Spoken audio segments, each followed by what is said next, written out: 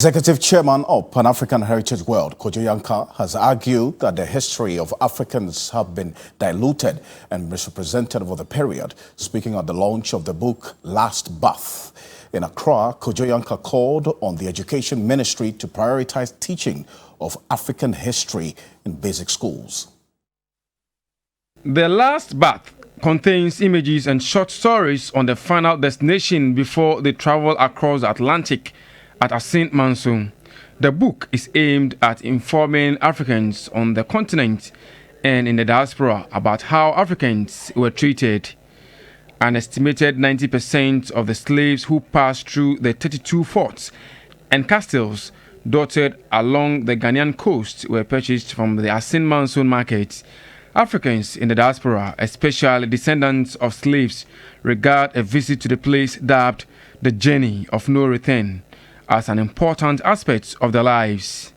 This feeling is not lost on Jeffrey and Shakira Edison, who were led to the Dongoso, meaning Slave River, a tributary of the river Ochi in the central region.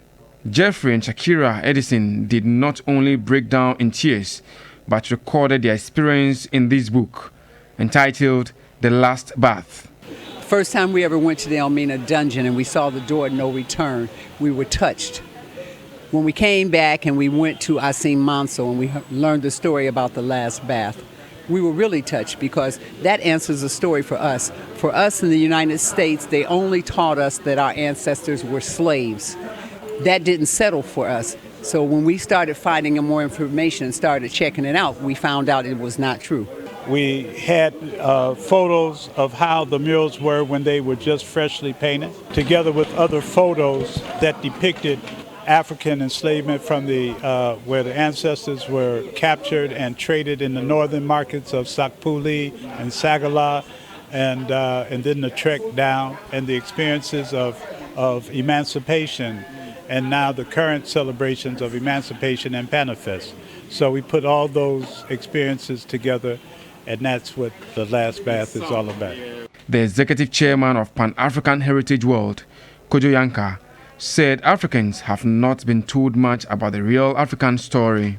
Now, those of us on the continent, if we do not know about ourselves, how about our children, our children's children, who will be wandering in various countries? Even if your child goes to work in Singapore or Mali or anywhere, people are talking about their history. He or she doesn't know his history. We have no idea. And that is how we should understand the curiosity of African Americans.